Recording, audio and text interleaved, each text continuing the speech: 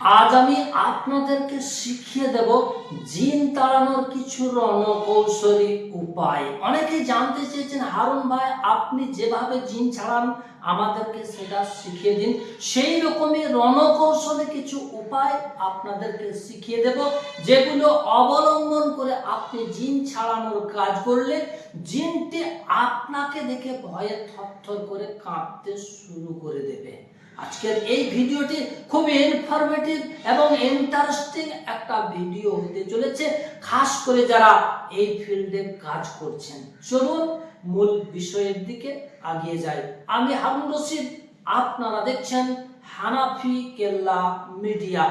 1 নম্বরে যে কাজটি করতে হবে সেটি হচ্ছে কোরআনের পাওয়ারফুল যে সমস্ত দোয়া কালামগুলো রয়েছে সেগুলো দিয়ে নিজেকে আগে সেফটি করে নিতে হবে, অর্থাৎ নিজের শরীরটাকে মজবুতভাবে আগেই বন্ধ করে নিতে হবে। 2 নম্বর কাজ হচ্ছে জিনটি যখন হাজির হয়ে যাবে জিনটাকে তখন প্রচন্ড ধমক দিয়ে দিয়ে কথা বলতে শুরু করে দিতে হবে।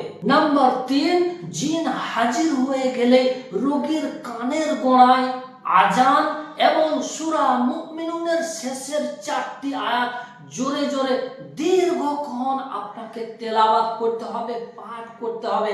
দেখবেন কিছুক্ষণ আপনি আজান এবং সূরা মুমিনুনের শেষের 4টি আয়াত জোরে জোরে তেলাওয়াত করতে আরম্ভ করে দিলে সে ভয়ে কাঁপতে শুরু করে দেবে। এই 3টি কাজ আপনি করুন, জিন আপনাকে দেখে ভয়ে থরথর করে কাঁপতে শুরু করে দেবে। এবার আসি জিন ছাড়ানোর দিকে, তাড়ানোর দিকে। কিভাবে আপনি জিনটিকে রোগীর শরীর থেকে তাড়াবেন? আর জিনটিকে তাড়ানোর আগে জিনটিকে আপনাকে আগে রোগীর শরীরে হাজির করে নিতে হবে। 1, জিন যদি আপনি হাজির করতেই না পারেন তাহলে এ কাজ আপনার দ্বারা সম্ভব নয়। 2, জিন হাজির করার কলা কৌশলগুলো আপনাকে ভালো করে জানতে হবে। এখানে জিন হাজির করার ছোট্ট সহজ একটা পদ্ধতি আপনাদেরকে আমি শিখিয়ে দিচ্ছি।